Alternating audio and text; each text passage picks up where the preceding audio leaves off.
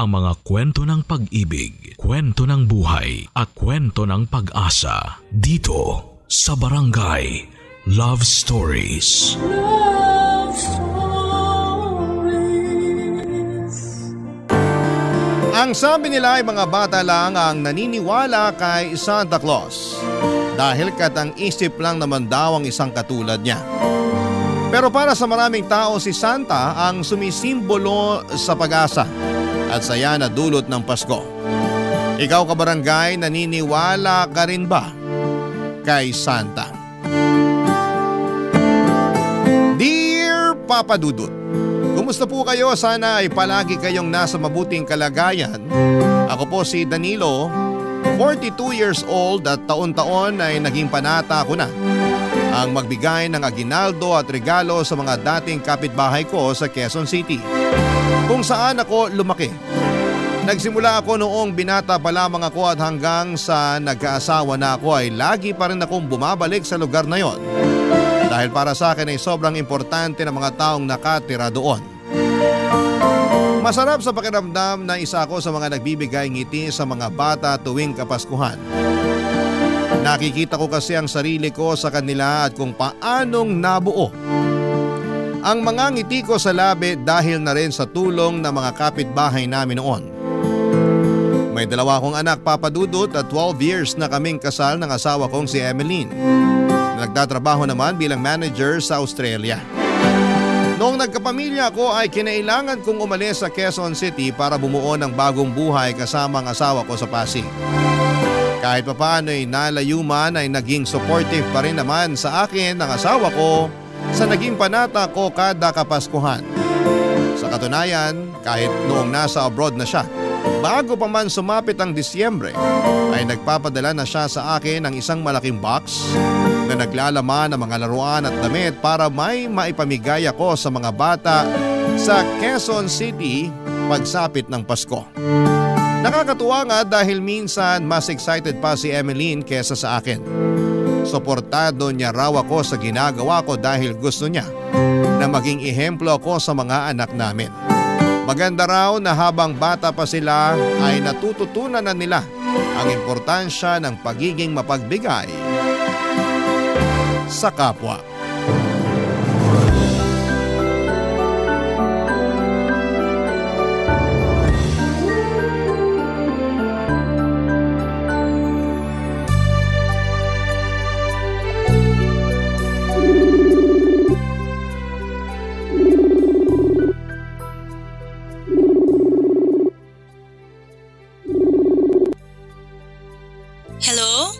Hello Emeline, may dumating na package dito sa bahay. Ito na ba yung sinasabi mo na pinadala mo? Dumating na ba yung package? Ang bilis Oo, yan nga yun. Mga laruan, damit at libro yan. Pwedeng panregalo sa mga batang binibisita mo sa QC tuwing Pasko. Ang aga mo naman yata magpadala ngayon. September pa lang Mas mabuti na yung maaga kaysa naman nung nakaraang taon. Akala ko hindi naaabot sa Pasko yung package ko kasi na-delay. Inagahan ko na this year para hindi na magka-aberya. Sabagay, mas maganda na nga yung mas maaga. Kapag may extra pa ako, magpapadala uli ako ng isa pang box. Baka sakaling umabot pa. Ang dami na nito. Baka nga abutin na ako ng ilang araw sa pagbabalot nito kapag dinagdagan mo pa. Mas maganda na yung sumobra kaysa kulangin. May mga siningit din pala akong regalo dyan para sa mga anak natin. Itago mo na lang para hindi nila makita. O sige. Problema ko nga ngayon kung saan ko ilalagay itong mga to Ang dami. May bagong bukas kasi na dollar store dito sa amin. Natuwa ako kaya medyo naparami yung nabili ko. Alisin mo na lang yung mga pagkain dyan sa box tapos iwan mo yung mga laruan. Saka mo na lang ilabas kapag malapit na yung Pasko. Marami-raming gift wrapper ang kakailanganin natin dito. Hindi mo na kailangan bumili ng gift wrapper. May siningit na rin ako dyan sa box. Talaga? Galing naman ang asawa ko. Talagang nai-prepare mo lahat Ako pa ba? Check mo nga ng maigi kung kumpleto. Baka mamaya kulang-kulang na pala yan. Gagawin ko mamaya kapag tulog na yung mga bata. Baka makita nila yung regalo nila Hindi na sila masurprise sa Pasko. Anong oras na ba dyan? 5:00 pa lang ng hapon dito. Ganun ba? 8:00 na ng gabi dito Matutulog na ako maya-maya kasi maaga papasok ko bukas. Kumain ka na ba? Oo, kumain na ako. Nagluto ako ng roast chicken kanina. Wow, sarap naman. Wag rin naman yun pag uwi ko. Ipagluluto ko kayo ng mga anak natin. Kailan naman yan?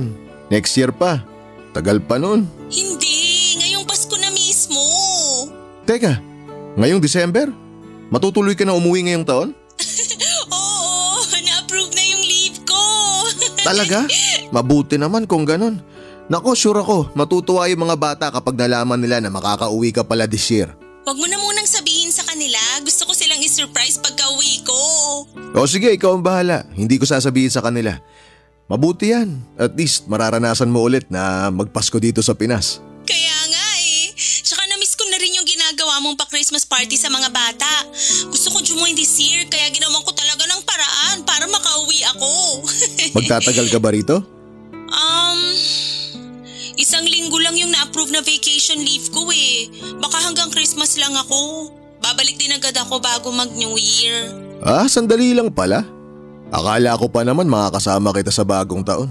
Hayaan mo na. Mas importante yung magkakasama tayong pamilya sa Pasko. Tsaka yung Christmas party nga yung habol ko, diba? Bigla tuloy ako na-excite. Sana December na para makauwi ka na. Mabilis lang naman ang mga araw eh. Tingnan mo, bukas di mo na mamalayan, December na pala. Gusto mo bang kausapin yung mga bata? Nandyan ba sila? Nandun sila sa sala gumagawa ng assignment nila. Sandali, tatawagin ko lang. Wag na, hayaan mo na lang muna silang mag-aral. Tatawag na lang ako uli mamaya bago ako matulog. Maliligo muna ako. Okay, sige, sakto. Magluluto pa lang ako ng hapunan namin. Okay, tawag na lang ako mamaya. Bye-bye! Bye! Tuwing besperas ng Pasko ay katuwang ang mga taga-barangay ay maaga akong nagpupunta sa Quezon City sa mismong kalye kung saan ako lumaki para mag-set up sa taunang Christmas party na hino-host ko. Nasanay na nga ang mga tao doon kahit wala akong abiso ay may mga tent nang nakaredy sa covered court nila dahil expected na nilang magkakaroon ng Christmas party doon. Kung tama ang tansya ko ay mahigit 15 taong ko na rin ginagawa ito, Papa Dudut. Kaya parte na talaga ito ng buhay ng bawat isa sa amin. Nagsimula ako sa mga pasimpleng laruan noon na nabibili ko lamang sa Divisoria. Yun pa lang kasi ang kaya ng budget ko dati. Ang bonus na natatanggap ko sa trabaho kahit kakarampot lang ito, ang siyang ibinibili ko ng mga laruan at school supplies na ipinamimigay ko sa mga kabataan sa amin. Noong medyo umangat ang estado ko at napunta ako sa mas magandang trabaho, ay nag-upgrade din ako ng mga regalong ibinibigay ko. Hanggang sa naisipan kong magsuot ng Santa costume para na rin mas kagiliwan pa ako ng mga bata. Simula noon ay tinawag na akong Kuya Santa ng mga kabataan sa amin. Noong nakapangasawa ako at umalis sa Quezon City, inakala ng lahat na mawawala na sila ng Kuya Santa. Pero ginawa ko ang lahat para hindi matigil ang tradisyon kahit na hindi na ako doon nakatira, Papa Dudut. Kaya tuwing bumabalik ako sa lugar na yon ay labis ang tuwa ng mga bata pati na rin ng mga dating kapitbahay ko na nakakakilala sa akin, Papa Dudut.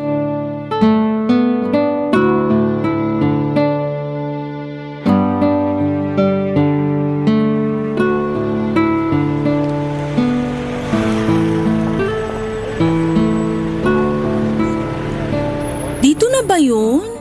Di ko na maalala kung saan tayo na Christmas party nung huli eh. 3 years ago na rin kasi nung last akong sumama sa'yo. Oo, dito na nga yun. Baka kasi naninibago ka bago tong covered court eh. Kapapatayo lang nila. Nag-request na ako sa barangay na dito natin idaos yung mga Christmas party natin kada taon. Ang dami na palang nagbago rito. In fairness maraming in-improve tong lugar nyo. Kaya nga eh. Malayong malayo na kumpara nung kabataan ko. Ibang-iba na itsura. Nakakalungkot tuloy kasi hanggang sa alaala ko na lang makikita yung dating lugar na kinalakihan ko. Hindi naman maiiwasan yan. Ang mundo, constant na nagbabago kaya maganda yung gumagawa tayo ng memories oras-oras para kahit papano. Magbago man, may magandang alaala tayo mula sa nakaraan. Katulad ngayon, tong Christmas party na gagawin natin para sa mga bata. Memory na naman to na hindi natin makakalimutan. Tama ka. Magandang core memory din to para sa mga anak natin. Malay natin, sila ang magtuloy nito paglaki nila, di ba? Teka, nasa na pala yung mga anak mong yun? Ayun, pagkababa ng sasakyan, nakipaglaro agad. Nakita nila yung mga kalaro nila last year. Nakakatuwa naman, may mga kaibigan na pala sila rito. Danilo, ikaw na ba yan? Ay naku, ikaw nga! Magandang araw po, Chang Miling. Halika nga rito, payakap nga. Ang taba-taba mo na. Mahilig kasi ako sa pagluluto ngayon kaya medyo napabayaan na yung katawan ko sa kusina. Kasama ko nga po pala asawa ko, Chang Miling, si Emeline. Magandang araw po. Ay sus, si Emeline na pala ito. Hindi na kita nakilala. Halika, yakapin din kita. Kamusta po kayo? Eto, mabuti naman. Malakas pa rin kahit tumatanda na. Dito ka na ba ulit sa Pilipinas? Hindi po, nagbabakasyon lang po ako. Aalis din siya bago mag-New Year, Chang. 1 linggo lang daw siya magbabakasyon dito. Hindi ka magbabagong taon dito? Hindi po pinapili ako sa trabaho kung Christmas o New Year. Christmas na lang yung pinili ko para makasama ako rito sa Christmas party ngayon. Di rin kasi pwedeng iwan yung trabaho ko kahit holiday. Ay ganun ba? Ay kailan ka pa dumating? Nung makalawa pa po. Namiss mo siguro ang Pasko rito sa Pinas, ano? Opo, sobra. Ibang-ibang Pasko dito kaysa sa Australia. Mas masaya kaya rito. Ay, Chang, kanino pala pwede magpatulong para ma-set up na natin tong lugar para sa Christmas party natin mamayang hapon? Sandali, magpapatawag ako ng tanod sa barangay. Ano bang kailangan gawin? Magde-decorate po muna kami ni Emeline, pero yung sound system, Chang, patulong kami na ikabit. Okay, sige.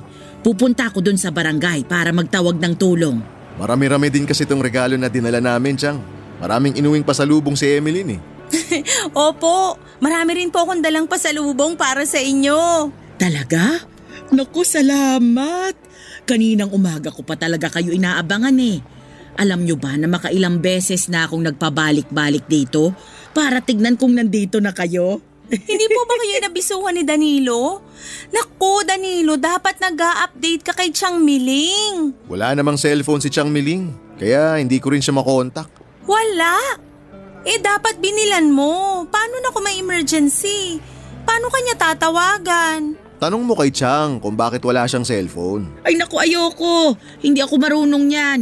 Binigyan ako ni Danilo ng cellphone pero ibinalik ko rin. Natatakot akong gumalaw ng ganyan. Baka kung ano pang mapindot ko. Paano kayo nakokontak ni Danilo kapag may binibigay siya sa inyo? Yung kapitbahay namin ang tinitext niya. Minsan siya na mismong nagpupunta rito para dalawin ako. Medyo naging madalang na ngayong taon kasi lumalaki na rin ang mga anak niyo. Masyado na itong busy sa buhay. Kailangan niyo pong aralin kung paano gumamit ng cellphone para makatawag kayo kapag may kailangan kayo. Naku, wag na. Mahina na ang mga mata ko para sa ganyan. Wag mo na siyang pilitin. Ako nga di ko napilit na mag-cellphone si Chang Miling Tara na, mag-set up na tayo. Nandyan na yung mga bata Nakaamoy na agad sila. O sige, sasaglit lang ako sa barangay para magtawag ng tanod. Sige po, balik po kayo agad.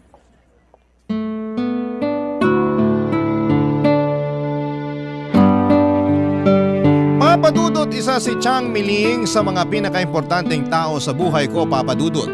Kapitbahay namin siya noong bata pa lamang ako at hindi na siya nakapangasawa at tumanda na lamang na dalaga kaya mag-isa na lamang siya sa buhay ngayon. Malaki ang naging parte ni Tia Miling sa buhay ko dahil kung hindi sa kanya ay hindi ko maaabot ang buhay na meron ako ngayon. Natatandaan ko pa nga na noong bata pa lamang ako ay merong masayang pamilya sina Chang Miling. May 2 siyang kapatid at baldadong ina na siyang inaalagaan niya. Siya ang bunso sa kanilang magkakapatid at walang tinapos at tanging pagtitinda lang ng gulay ang naging hanap buhay niya. Ang 2 niyang kapatid ay isang tricycle driver na maagang namatay dahil sa aksidente. Samantalang ang natitira naman ay isang manikurista.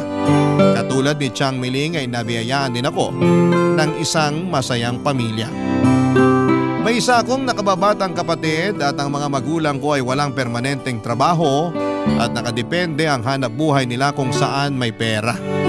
Mahirap lang din ang buhay namin noon, Papa Dudut. Ang totoo niyan, kaming lahat na magkakapit-bahay sa kalye namin.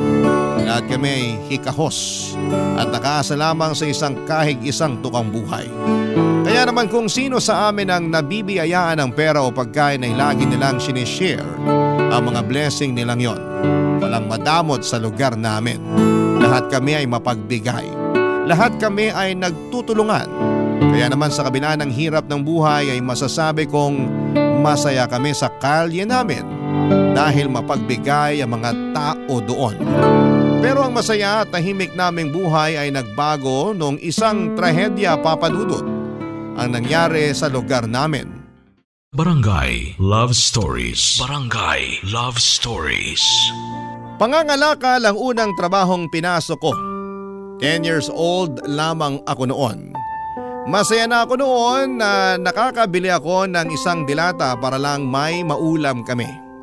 Sobrang proud ako noon sa sarili ko kasi kahit papaano ay nakakatulong ako sa mga magulang ko. Katulad ng sinabi ko ay mahirap man ang buhay noon ay masaya ako sa naging takbo ng kabataan ko. Tuwing naaalala ko nga ang panahon namin ay hindi ko maiwasang mapangiti na lamang. Nakakamiss kasi yung time noon na pagkatapos ng klase namin ay puno ang kalsada namin ng mga batang naglalaro. Mula sa tago-taguan, habulan, tumbang preso at kung ano-ano pa. Lahat na yata ng larong pangkalsada ay nalaro namin noon. Sa kabilang kanto naman ay nagkukumpulan ang mga nanay sa isang sari-sari store at nagkwekwentuhan tungkol sa buhay-buhay. Katabi nila ang tindera ng mga inihaw na ang suki ay ang mga manginginom sa amin. Pagsapit naman ng dilim ay tawanan naman ang maririnig mo mula sa mga kalalakihang nag-iinuman sa mismong daanan. Kapag narinig mo na ang mga tawanang yon, ibig sabihin ay kailangan mo nang umuwi dahil gabi na at nakakain na ng hapunan ng karamihan. Ang mga alaalang yon ang bumuo sa pagkabata ko. Pero ang lahat ng masasayang alaala sa nakaraan ay natabunan dahil sa isang pangyayari na siyang nagpabago ng lahat. Hating gabi na noon at mahimbing nang natutulog ang lahat ng isang apoy ang sumiklab sa isa sa mga kabahayan. Walang nakapansin sa sunog kaya mabilis itong kumalat. Wala akong masyadong memorya sa mga nangyari noong araw na yon, Papa Dudut. Sa sobrang bilis ng mga pangyayari, ang naaalala ko na lamang ay nung oras na nasa ospital na ako.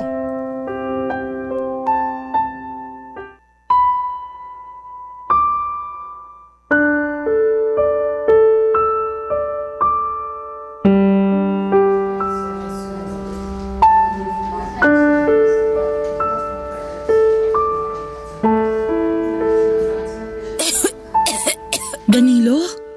Naku, salamat sa Diyos, kising ka na. Anong nararamdaman mo ngayon? May masakit ba sa'yo? Masakit po itong lalamunan ko, Chang. Gusto mo ba ng maiinom? Masakit yung lalamunan mo kasi marami ka raw nalanghap na usok dahil sa sunog. Mahapdi rin po itong mga braso ko. Alam ko, pero huwag kang mag-alala. Ginagamot na ng nurse yung sunog sa braso mo.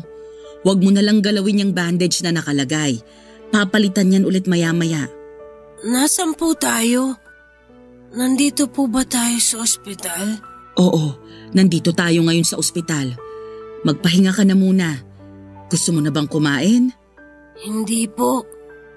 Gusto ko pong makita si nanay at tatay. Nasaan na po sila? Ay, hindi ko alam kung paano ko ba sasabihin sa'yo to. Bakit po? Danilo, hindi nakalabas ng bahay niyo ang nanay at tatay mo. Nakulong sila sa loob ng nasusunog ninyong bahay. Po? Pero paano po nangyari yun? Magkakasama po kaming lumabas ng bahay eh. Pagkalabas mo, bumalik sa loob ang tatay mo kasi naiwan yung kapatid mo. Pinasa ka sa akin ng nanay mo. Saka siya bumalik sa loob nung hindi niya mahintay ang tatay mong lumabas. Pagkatapos nun, mas lumakas pa yung apoy hanggang sa hindi na sila nakalabas pa. Pati po yung kapatid ko? Silang tatlo. Hindi sila nakaligtas sa sunog. Hindi po totoo yan. Nakalabas na po kami ng bahay kagabi. Nakita ko po, kasama ko po si nanay kagabi. Siguro hindi mo na maalala yung nangyari. Kasi pagkalabas mo, nawalan ka ng malay. Masyado kang maraming nalanghap na usok, kaya itinakbo ka na namin agad sa ospital. Bakit po hindi niya tinulungan si nanay na makalabas ng bahay? Danilo, masyado nang malakas nun yung apoy. Pati nga mga bumbero nahirapang pasukin yung mga kabahayan. Kasi mabilis na kumalat yung sunog eh. Bakit si nanay pa? Bakit sila pa yung kailangang mawala? Ang dami namang ibang tao dyan. Huwag mong sabihin yan. Hindi lang ikaw ang nawalan. Lahat tayo naapektuhan sa sunog. Pero bakit kailangan mamatay ang pamilya ko? Kailangan ba talagang mangyari yun? Ang bata ako pa para mawala ng magulang. Alam kong nasasaktan ka ngayon dahil sa nangyari. Lahat tayo nasasaktan. Ako rin nawalan ng magulang sa sunog. Hindi rin nakaligtas si nanay. Nawalan din ako ng kapatid. Yung ate ko, sinubukan niyang iligtas si nanay. Pati siya nadamay. Danilo, marami tayong nawalan. At wala sino man ang may gusto sa nangyaring yun. Hindi ko alam kung ano ang rason kung bakit tayo yung binigyan ng ganito kabigat na problema. Pero hindi magandang ipasa sa iba yung pinagdadaanan natin. Kailanman, hindi magandang ihiling na sana sa iba na lang nangyari ang nangyari sa atin. Hindi ko lang pong matanggap na wala na ang pamilya ko. Sana namatay na lang din ako. Sana hindi lang din ako nakaligtas. Danilo, naiintindihan kita sa nararamdaman mo ngayon. Pareho tayo ng kinatatayuan. Pero imbis na hilinging namatay ka na rin, magpasalamat ka na nakaligtas ka. Para saan pa po na naligtas pa ako kung wala na akong pamilya ngayon? Nandito pa naman ako. Pwede mo akong ituring na pamilya. Hindi ba't noon pa man, pamilya na ang turingan nating lahat? Lahat tayong magkakapit-bahay, sabay-sabay tayong babangon. Lahat tayo, maghihilahan pataas para makabawi sa trahedyang to. Nawalan tayo ng kadugo, pero hindi tayo nawalan ng pamilya. Yan ang lagi mong tatandaan. Naiintindihan mo ba yon? Opo. O sige, pumangon ka na dyan para makakain ka na. Subukan mong kumain kahit masakit ang lalamunan mo. Maya-maya may titingin ulit sa'yo. Kung wala ng problema, baka pauwiin din tayo ngayong araw. Sige po. Sana po makalabas na tayo. Gusto ko na pong umalis dito. Kung gusto mong makalabas dito sa lalong madaling panahon, kumain ka na. Halika, tutulungan kitang bumangon dyan.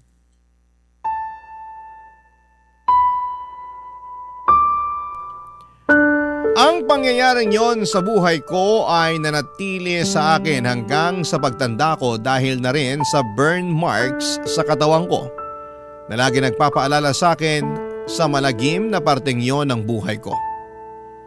10 years old lamang ako noong nawalan ako ng pamilya. Pero hindi lang ako ang nawala noon. Marami kami at isa na rin doon si Tiang Miling. Namatay ang nanay at kapatid nito matapos iligtas ng ate niya ang baldado nilang ina. Sa kasamaang palad ay hindi na sila nakalabas pa ng buhay at nakita na lamang daw ang dalawa sa mismong pinto ng bahay nila. Parehong nadagana ng poste ng kanilang bahay. Hanggang ngayon ay hindi pa rin masyadong malinaw sa alaala ko ang mga nangyari noon. Para na rin siguro yon ang utak ko para isalba ang sarili ko mula sa sakit na nararamdaman ko noon. Ang tanging naaalala ko na lamang ay kung papaanong ang kabahayan sa lugar namin na dati puno ng sigla ay abo na lamang ang natira. Ang dating sari-sari store na paboritong tambayan nila nanay noon ay wala na.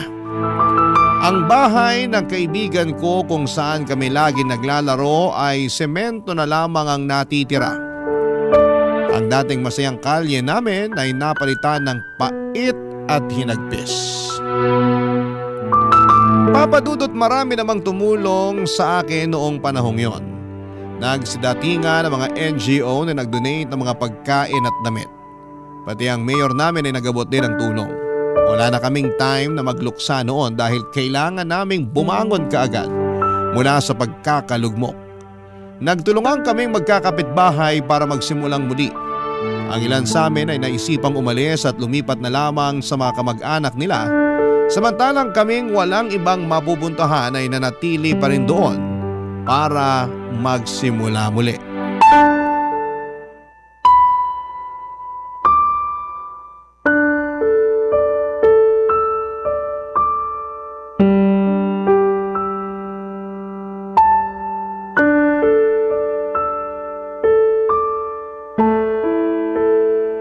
O Danilo, bakit hindi mo pa ginagalaw yung pagkain mo? Ayaw mo ba sa ulam? Hindi po ako gutom, Chang. Bakit naman? Kailangan mong kumain, ang payat-payat mo na Wala po akong gana Bigla ko lang po kasing namisin na nanay at tatay. Pati na rin po yung kapatid ko. Normal lang makaramdam ng ganyan. Maski ako rin naman, namimiss ko rin yung nanay ko Parte yan ng pagluluksa. Pero ang hindi maganda ay yung naaapektuhan na yung buhay mo dahil sa pagkawala ng mga taong mahal mo. Akala mo ba hindi ko napapansin? Napakonti-konti na lang yung kinakain mo? Minsan nahuhuli din kitang tulala, walang imik. Nasaan na yung dating Danilo na makulit at madaldal? Hindi lang po kasi maalis sa isip ko yung tanong kung bakit ako lang yung natira sa pamilya namin. Hindi ko rin alam ang sagot dyan. Pero alam ko na mabait kang bata at karapat-dapat ang pangalawang buhay na ipinataw sa iyo ng Panginoon. Hindi mo responsibilidad yung nangyari. Hindi mo makukontrol yung buhay ng mga tao sa paligid mo. Nandito ka, buhay na buhay, dahil iniligtas ka ng mga magulang mo. Siguro, yun yung rason kung bakit ka pa nabuhay. Nandito ka kasi gusto ng mga magulang mo na mabuhay ka pa ng matagal. Paano niya po nagagawa yun? Nagagawa ang alin? Maging masaya.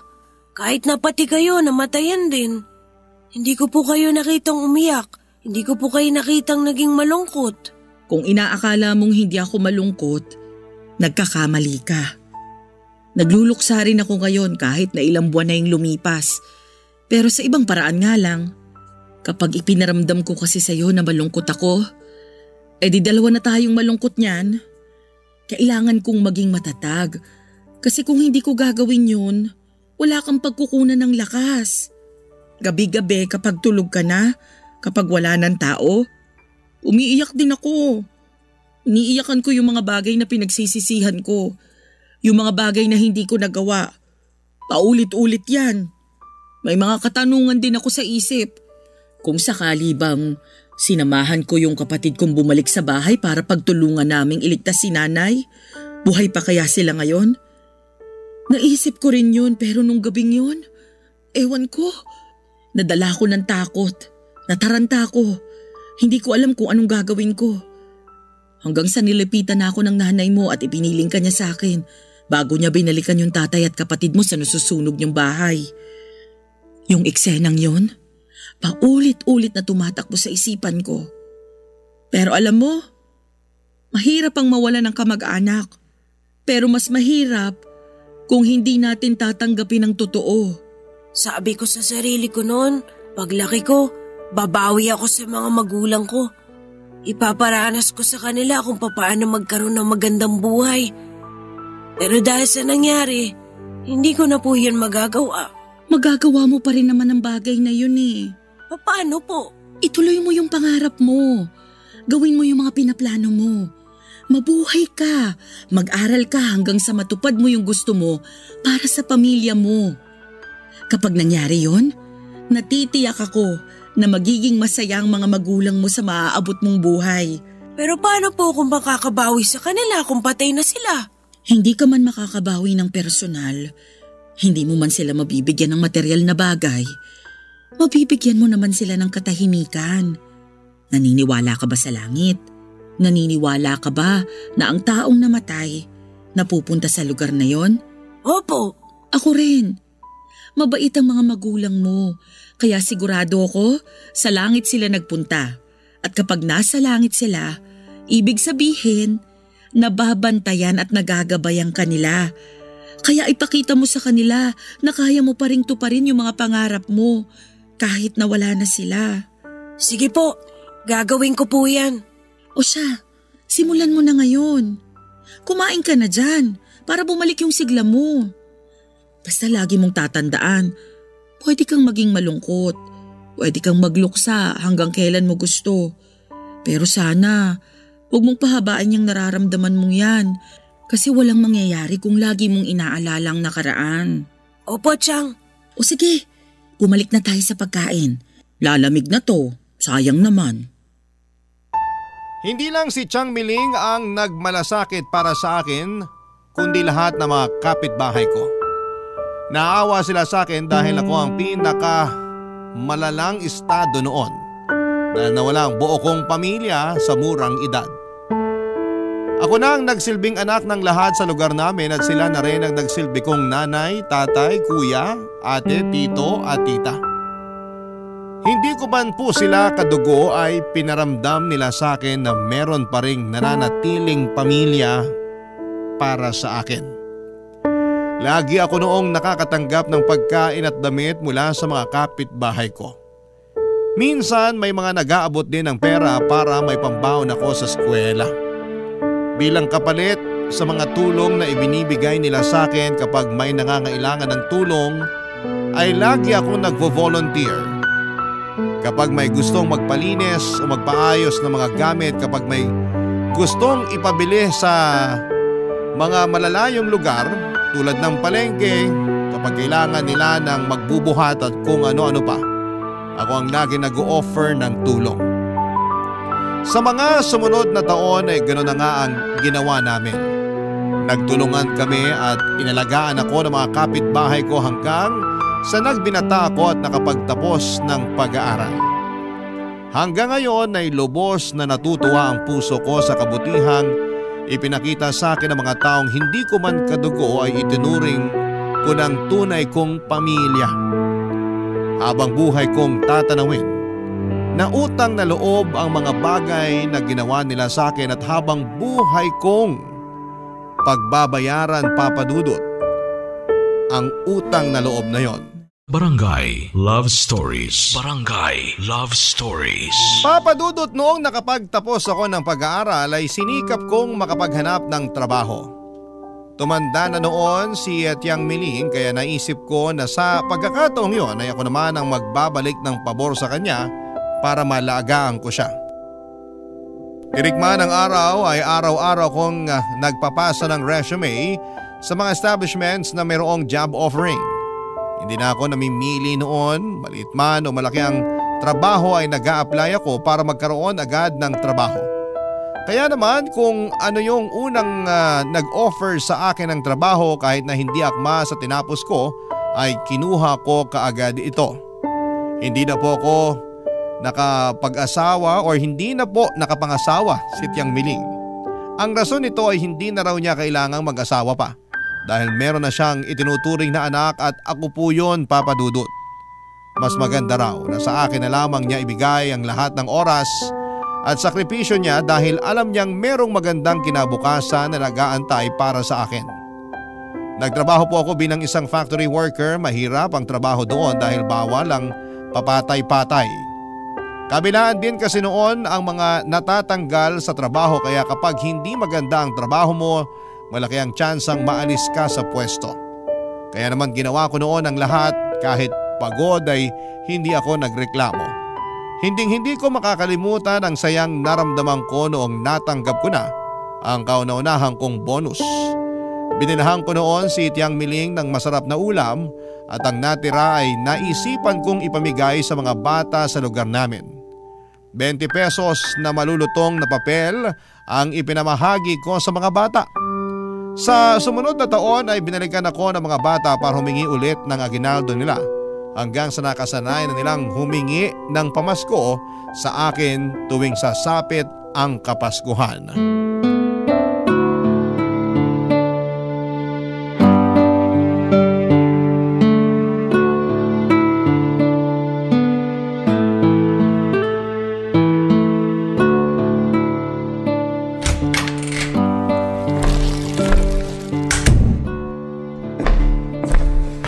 Chang?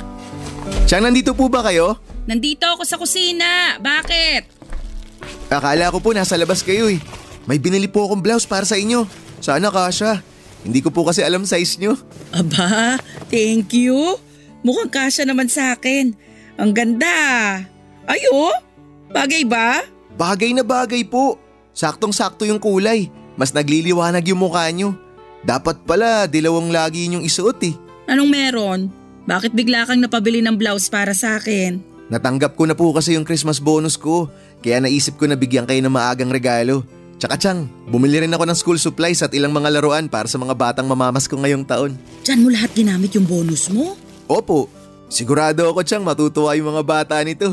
Dapat nagtira ka naman ng para sa'yo. Okay lang po, masaya na ako na makitang masaya yung mga batang pagbibigyan ko nito. O naku, ikaw talaga, kahit kailan, ibang tao pa rin talaga ang lagi mong inuuna. Manang-mana ka talaga sa nanay mo na sobrang bait. Gusto ko po kasing sorpresahin yung mga bata ngayon. Imbis na pera, naisip ko po na mamigay na lang ng regalo para naman meron silang mabubuksan sa Pasko. Ako kasi, hindi ko naranasang magbukas ng regalo tuwing Pasko eh. Kaya sa kanila ko na lang ipaparanas yun. Napakabuti talaga ng loob mo. Sana pagpalain ka pa ng Panginoon para marami ka pang batang mapasaya. Ang totoo po niyan, Chang. Mas napapasaya ko po yung batang Danilo dahil dito sa ginagawa ko. Dito na lang po kasi ako makakabawi sa pagkabata ko na maagang nasira. Na siyang dapat naman. Ang mahalaga, masaya ka dito sa ginagawa mo. Masaya naman po ako, Chang. Ang totoo po niyan, sobrang natutuwa nga po ako tuwing Pasko kasi ibang-iba yung saya kapag nakakapagbigay ka kesa yung ikaw yung nakakatanggap. Tinatanong nga sa akin ng mga kapitbahay natin kung tatakbo ka ba raw sa politika kaya ka taon-taon na namimigay ng aginaldo. Sabi ko sa kanila, sadyang mabait ka lang talaga. Naku, hindi ko naman po kailangan pumasok sa politika para makatulong eh. Sapat na po sa akin to. Hindi man malaki yung tulong na naibibigay ko, at least nakakatulong ako. Maliit man ang tingin mo dito sa ginagawa mo, pero para sa mga batang pinibigyan mo ng regalo, malaking bagay na to para sa kanila. Sana nga po, ganun yung nararamdaman nila. Ano ba yung binili mo? Patingin nga. Heto po, may mga pencil case, lapis, ballpen, tsaka notebook po. Siyempre, meron ding mga laruan, mga manika, baril-barilan. Gusto mo ba tulungan kitang magbalot ng mga yan? Sige po, Chang, para po mas mapabilis tayo. Pero bago natin gawin yan, may ipapakita po muna ako sa inyo. Ano yun? Meron po akong biniling damit para sa akin eh. Eto po oh. Ano yan? Costume po ni Santa Claus. Mag-aala Santa po ako sa Pasko habang namimigay ng regalo sa mga bata. Ang payat-payat mo? Paano ka magiging Santa niyan? Malaking tao si Santa. Di ako po yung payatot na version. Tama nga yung sinabi ko. Ayaw mo talagang maging politiko kasi ang gusto mo pala maging Santa Claus. Naisip-isip ko po kasi Chang mas maganda eh. Kasi si Santa inaabangan. Natutuwa yung mga tao sa kanya. Nagbibigay siya ng saya at saka pag-asa sa mga tao. Kesa naman sa mga politiko na tao ang lumalapit sa kanila. Si Santa, siya mismo ang lumalapit sa mga tao. Tama nga naman.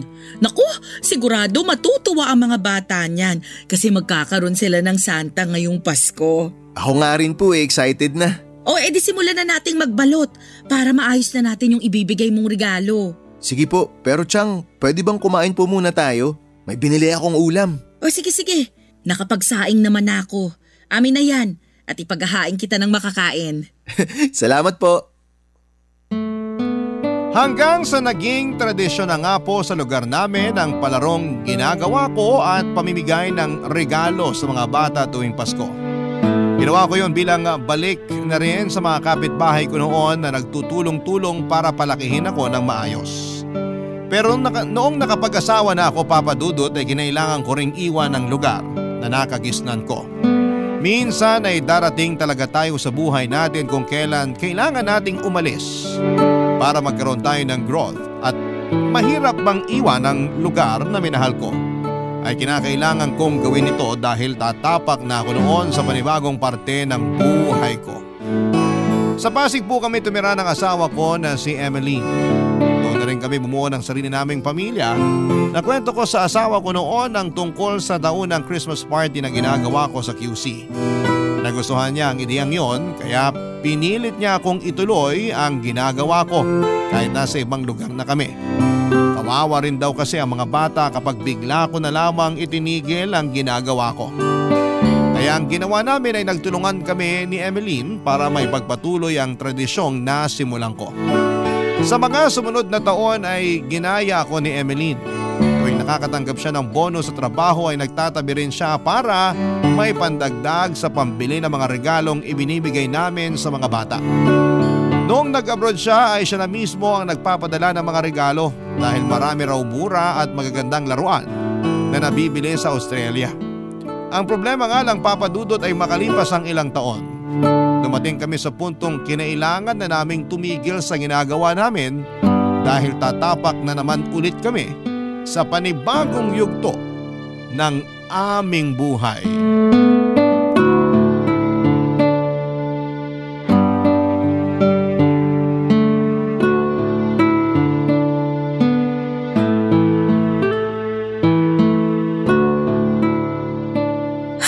Sa wakas natapos din yung Christmas party. Grabe yung energy ng mga bata. Oo nga eh. Halatang tumatanda na tayo. Hindi na tayo makasabay sa kanila. Hindi talaga mauubusan ng lakas yung mga batang yan. Pinaghandaan nila tong araw na to eh. Kung sa bagay, once a year lang kung mangyari to kaya dapat lang talagang pinaghahandaan. Nakakatuwa nga eh. Kasi pati yung mga bata na hindi taga rito, dumayo rin para lang makilaro. Sikat na kasi ang pa-Christmas party mo, kaya pati sa ibang lugar inaabangan ka. Mas lalo na ngayon na mga imported pa yung mga pinamimigay ninyo. Agawan sila sa mga tsokolate. Pati nga matatanda nakikipag-agawan rin. Wala na tuloy natira para sa akin. Naku, Chang, wag kayong mag-alala. May tinabi akong isang bag ng chocolate para sa inyo. Sabi ni Danilo, paborito niyo yung chocolate na may peanut butter? Marami pa nun sa kotse. Talaga? Yun din yung pinilahan ko kanina habang namimigay kayo. May isang piraso naman akong nakuha kahit papaano. May nakatago talaga para sa inyo, Chang. Hindi lang isang piraso, kundi isang buong paper bag pa. Naku, sasakit na naman ang ngipin ko niyan. Okay lang yun, Chang. Wala namang kayong ngipin eh. Ikaw talaga? Napakapilyo mo. Huwag mo naman akong ibuko sa asawa mo na puro postiso na lang tong ngipin ko. Napala, Chang. Ano pong plano niyo mamayang gabi? May kasama po ba kayong magno-Noche Buena? Meron. Doon ako kinakagawad. Inimbitahan nila akong kumain doon mamaya. Doon talaga siya kinakagawad nagpapasko at bagong taon. Ayaw niyang sumama sa akin eh. Ayaw daw niyang iwan yung bahay. Baka malooban daw kapag nakitang walang tao nagbabantay. Ganun ba? Ayaw niyo po bang sumama sa amin ngayon?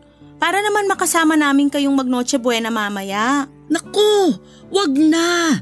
Maaabala ko pa kayo sa paghatid sa akin pabalik. Ibibigay ko na sa inyo itong gabing to para sa inyong pamilya. Eto namang si Chang parang hindi pamilya. Ikaw na nga yung pamilya ko simula pagkabata ko, di ba? Kaya dapat kasama ka rin namin mamaya para buo tayo. Tsaka napaka-importante po ng gabing to para sa amin. Opo, Chang, kaya kailangan samahan niyo kami ngayong gabi. Bakit? Ano bang meron mamayang gabi? Hay, sasabihin ko na ba? Sasabihin ng alin? Chang, may ibabalita po sana kami sa inyo eh. Ano yun? Ikaw na magsabi, Emeline. Chang, baka ito na po yung huling Pasko namin dito. Ha? Bakit naman? Nilalakad ko na po kasi yung papel ni Danilo tsaka ng mga bata. Lilipat na po kaming pamilya sa Australia. Ano? Aalis na kayo rito sa Pinas? Mas marami pong opportunity doon kaysa dito eh. Kaya naisip namin ni Danilo na doon na lang manirahan para na rin sa future ng mga anak namin. Paano na yung mga bata dito?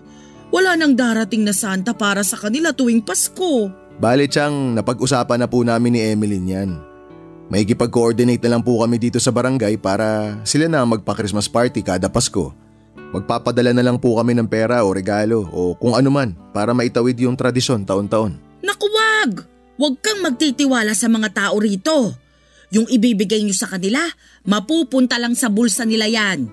Hindi nila yan gagamitin para sa mga bata. Naku, maniwala kayo sa akin. Hindi ka na nasanay sa kalakaran dito sa bansa natin? Yun na lang po yung tanging paraan para mapagpatuloy namin yung tradisyon na to eh. Ako na lang. Ako na ang papalit sa'yo. Mas mapagkakatiwalaan mo ko. Ako ang magiging santa sa susunod na taon. Huwag kayong mag-alala. Talaga po, Chang? Ayos lang sa inyo? Oo. Ako ang magpapatuloy sa tradisyon na sinimulan natin. Actually, mas magandang idea nga yan. Oo nga, ang ganda ng naisip nyo, Chang. Sa totoo lang, mas maganda talaga kung kayo ang papalit sa akin pag nagkataon. Pag-usapan natin yan mamaya.